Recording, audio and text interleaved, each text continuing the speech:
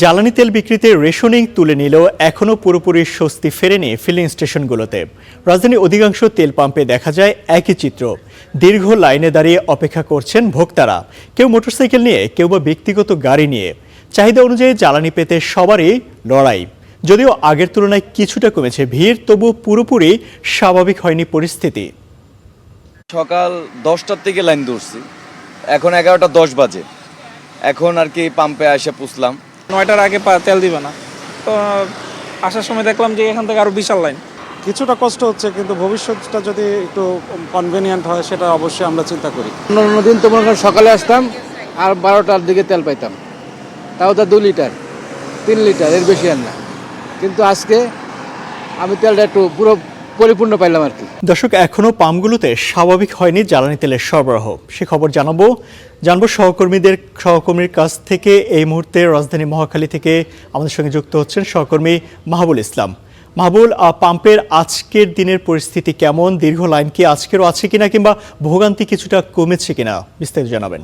ইমতিয়াজ, বিগত দিনে যে ভোগান্তিগুলো আসলে দেখেছি আমরা, আজকে ভোগান্তি তার চেয়ে কিছুটা কম। পুরোপুরি স্বস্তি আসলে এখনও আসেনি। আমরা এই মুহূর্তে অবস্থান করছি মহাখালীর যে বাস টার্মিনালটি আছে, সেই বাস টার্মিনালের সামনের যে ফিলিং স্টেশন সেখানে রয়েছে, এবং সেখানকার পরিস্থিতি যদি আপনাকে দেখাতে চাই, এখানে কিন্তু দীর্ঘ লাইন আছে, কিন্তু বিগত দিনের তুলনায় কিন্তু কম বলা চলে। বিগত দিনগুলোতে আমরা যেটা দেখেছি যে প্রায় 1-2 কিলোমিটারও ছাড়িয়ে গেছে যানজট, তেলের অপেক্ষায় মানুষ আসলে ছিল।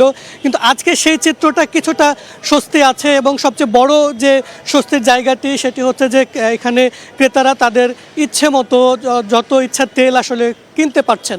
তো এই কারণেই ক্রেতাদের মধ্যে একটা স্বস্তি আছে যে দীর্ঘ অপেক্ষা করলেও শেষ পর্যন্ত তাদের প্রত্যাশা অনুযায়ী যে তারা তেল কিনতে পারছেন, এবং কিছুটা দুর্ভোগ মারিয়ে তেলের যে প্রত্যাশা সেটা যেহেতু পূর্ণ হচ্ছে, এ কারণে তারা কিন্তু স্বস্তি প্রকাশ করছেন। তবে তারা বলছেন যে এই যে জ্বালানি সংকট, এই পরিস্থিতিতে যে দুর্ভোগ তারা এতদিন দেখেছেন, এই দুর্ভোগের চিত্র এখনও যেহেতু রয়ে গেছে, সুতরাং দ্রুত যেন এই বিষয়ে আসলে ব্যবস্থা গ্রহণ করা হয়, এবং এই যে দীর্ঘ লাইনে তেল কেনার যে চিত্র সেটি যেন দ্রুত আসলে চলে যায়, সেই ব্যবস্থা যেন আসলে তারা করে।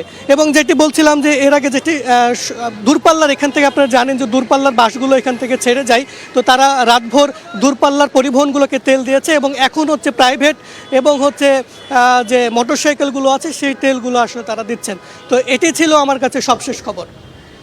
দর্শক, রাজধানী মহাখালী থেকে তেলের পাম্পের সর্বশেষ খবর জানাচ্ছিলেন সহকর্মী মাহবুল ইসলাম।